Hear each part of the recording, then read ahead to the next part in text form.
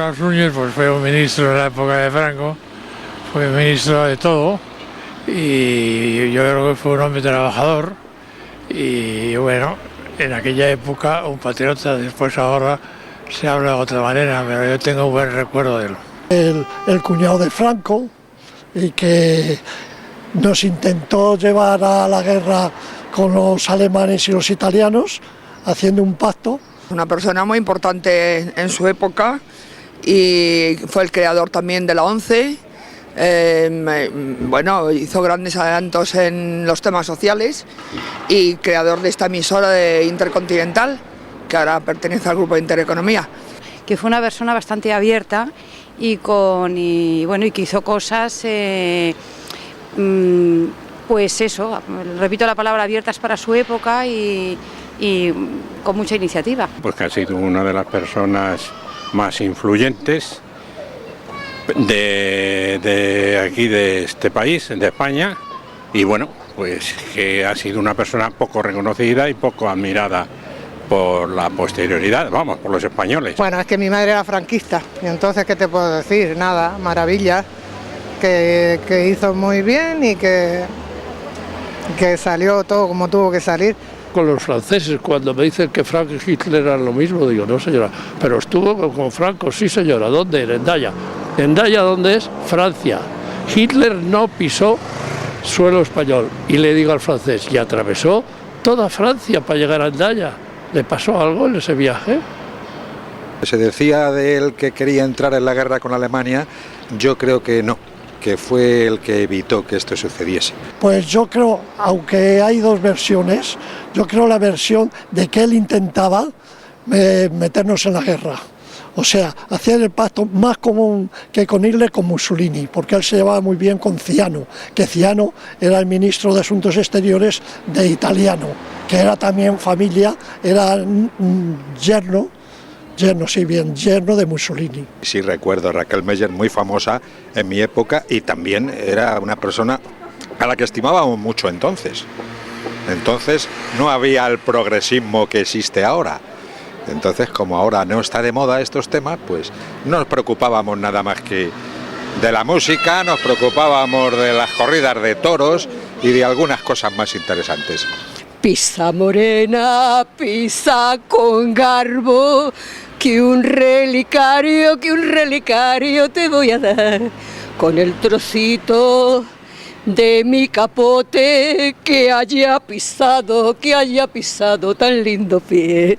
Pues que fue una mujer, fue famosísima, cantaba estupendamente y fue una mujer de una vida muy, muy activa emocionalmente y bueno, pues no sé si murió mal, si murió en la pobreza, vamos, de eso ya no estoy muy segura. Pues sinceramente no, pero vamos, supongo que sería en la época anterior, en la época del gobierno anterior del Estado. Ni idea. ¿No? Espérate.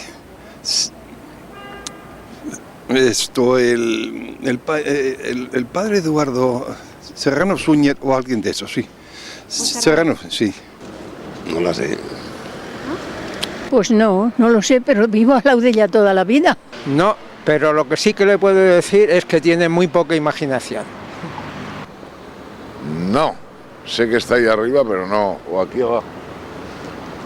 Pues los ciegos, debidamente agrupados, y en este momento la ONCE no solamente es una ayuda a los ciegos, sino que es una poderosa empresa. ¿La Organización Nacional de Ciegos? No, eso ya no lo sé.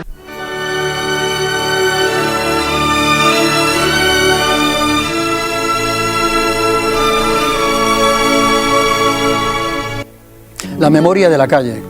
Respuestas sobre preguntas como la Agencia EFE, la fundación de la ONCE y la creación del cupón de ciegos, Raquel Meyer y el relicario, pues sí, todo tiene que ver, tiene relación con Serrano Suñer, que esta noche le estamos de alguna forma dedicando el programa de España a la memoria.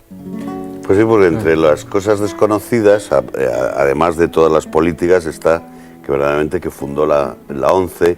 Ya había un cupón de ciegos, pero él lo formalizó, ¿no?, de esta forma genial, porque lo envidian en Europa, y creó efectivamente EFE a a imagen de las agencias europeas, ¿no? Y hay una cosa que es muy importante de Serrano Suñer, que para la mayoría de la gente Serrano Suñer se acaba con la Segunda Guerra Mundial, pero hay un Serrano Suñer que continúa con un trabajo ímprobo, que ha aparecido a lo largo de estas respuestas, porque las preguntas iban dirigidas hacia ello. Es el Serrano Suñer desconocido por el gran público, pero es el Serrano Suñer que marca unas cotas en la historia de España, en la creación de instituciones y de organismos de larga duración en la historia de España, sin los cuales es imposible entender muchos campos de la historia de España actual. Bueno, y luego habéis visto que en las respuestas del público siguen todavía algunos en sus 13, con el gran error de que él es el culpable, etcétera, y vosotros lo tenéis perfectamente desarrollado. Pasa una cosa. Lo que se dijo en Nuremberg, por favor, comentarlo.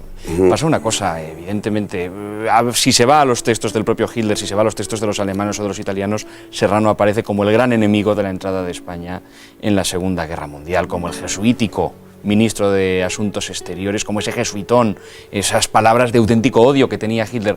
Lo que pasa es que al final, entre las memorias de los aliados en España, las memorias de los embajadores aliados en España y los propios franquistas, que necesitaban evidentemente muchos de los dirigentes franquistas, por así decirlo, una cabeza de turco en la que se pudiese focalizar toda la culpabilidad por cualquier tipo de veleidad con el nazismo, Serrano se convertía en el perfecto y monstruo propiciatorio. En el perfecto, porque él es el que se inventa esa política de amistad y resistencia, ¿no? Él lo expresaba como la novia fea que se resiste, que dice sí, pero... Hay momentos y lo hace perfectamente, ¿no? Porque lo representa, entonces representa que sí, que es amigo, va allí a la Cancillería y al mismo tiempo está poniendo las manos así y con Franco de su parte, claro. Y perdona, le llaman jesuítico porque piensan que es que les miente, que hace un doble juego, que a ellos les dice que sí, pero que en cuanto sale de allí es que no, que es lo que hizo, evidentemente. Hay además momentos de un enorme dramatismo. El Tercer Reich, contra todo lo que tendemos a creer, era un régimen tremendamente desorganizado y algunas veces incluso tremendamente chusco. Y entonces hay algunos momentos en los que Serrano se desesperaba en entrevistas con Hitler y con von Ribbentrop porque los intérpretes alemanes eran oscuros comerciantes alemanes en Iberoamérica, con un conocimiento del castellano, vamos a decir que en el mejor de los casos evanescente, y Antonio Tobar, que era el gran filólogo que llevaba a Serrano, se desesperaba diciéndole: lo que tú le estás diciendo a Hitler, evidentemente frases llenas de matices, de esa amistad contenida, de esa amistad-resistencia, no está apareciendo en las... Tobar, el traductor que les acompañó. Pero claro, también tenemos que pasar a una pieza muy interesante de lo que se ha hablado, de la creación, la fundación de la ONCE y el cupón de ciegos, pero antes quiero hacer una observación. Una de las respuestas de alguien de la memoria de la calle menciona al conde Chiano como que eran amigos. Y en realidad yo creo que amigos les tocó convivir de alguna forma porque el conde Chiano era el ministro por aquel entonces de Asuntos Exteriores de Italia. Además se daba el caso de que era el yerno de Mussolini, que tuvo un final muy triste porque el propio suegro firmó su pena de muerte y fue fusilado.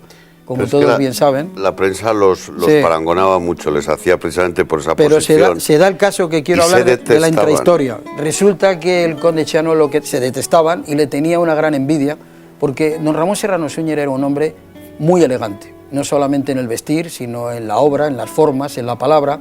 Era un hombre de aquellos que había en una época y que ya prácticamente, cuando yo le conocí, percibí que esa clase de hombres, de comunicadores, estaban ya a punto de extinguirse.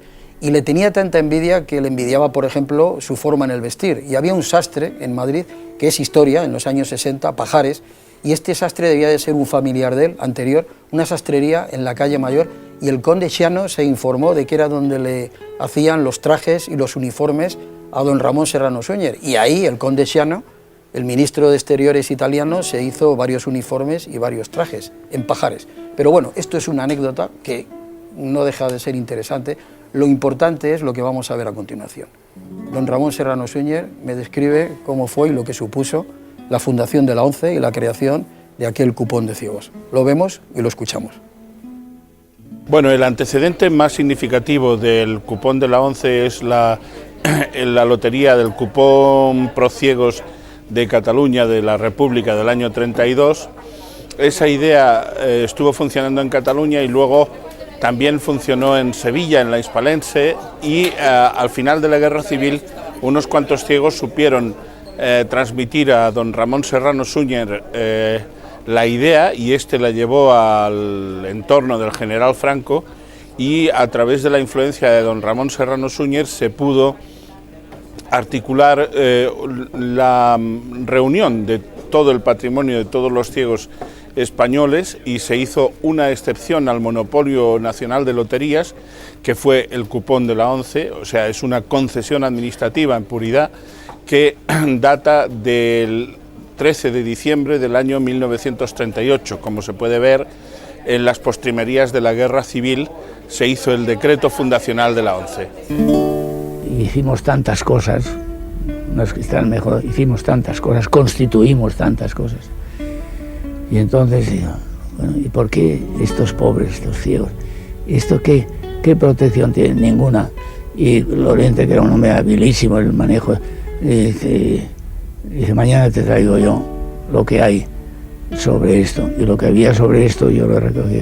Era nada, considerar a los ciegos como unos indigentes, como unos pobres de solemnidad, y había que darles limosna y un posible refugio, como se hace ahora con pobres de solemnidad y eso. En fin, eso no era. Dijimos, hay que dar a esos hombres una posibilidad de vida, un ambiente que sientan la dignidad humana y las exigencias de la dignidad humana, que tengan su trabajo, que tengan sus medios. Y ahí, con gran amor, tuvimos una conversación 2 o 3 días sobre este tema, y realmente con mucho amor nos dedicamos a organizarlo. Los antecedentes eran así de pequeñitos, y constituimos, yo me puedo poner esto, promulgamos el decreto de 13 de diciembre de 1938, elegimos ese día precisamente porque era el día de Santa Lucía, ya sabe usted, es la patrona. El día de Santa Lucía, cuyo decreto creamos, no existía, creamos, ¿no? Que había limosnas para los ciegos, había refugios para dormir, no había, creamos la Organización Nacional de Ciegos, la actual, la creamos en el decreto del 13 de diciembre de 1938. Y este es, por consiguiente, el origen y el fundamento de toda esta situación tan brillante que tienen, en la cual luego yo no he intervenido, yo no he sido un financiero, eso es un mérito de quien sea, de ellos, de los medios. Ahora, nosotros trabajamos con tanto cariño y con tanto amor, y entonces eso es en el decreto de 13 de diciembre del 38, y seguimos ocupándonos del tema. Ya dimos el decreto, sentando las primeras bases de la orgánica de los ciegos, pero luego muy pronto, en octubre del 39, una nueva ordenación, siempre partiendo de aquella del 38, y en el artículo 14 de esto, bajo el epígrafe de trabajo, en el artículo 14, establecimos el cupón pro ciegos. El cupón pro ciegos no existía. El cupón pro ciegos lo creamos nosotros, lo inventamos allí en el decreto de octubre de 1939.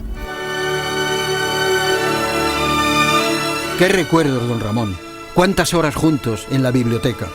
Los paseos por el Retiro. Sus recuerdos junto al Mediterráneo. Aquellas comidas de larga sobremesa en su casa de Río Verde, en Marbella. Muchas gracias, don Ramón, por la amistad que me brindó y por el tiempo que me dedicó. Pero sobre todo gracias por la obra que creó, como por ejemplo el haber fundado la ONCE y el haber creado el primer cupón de ciegos.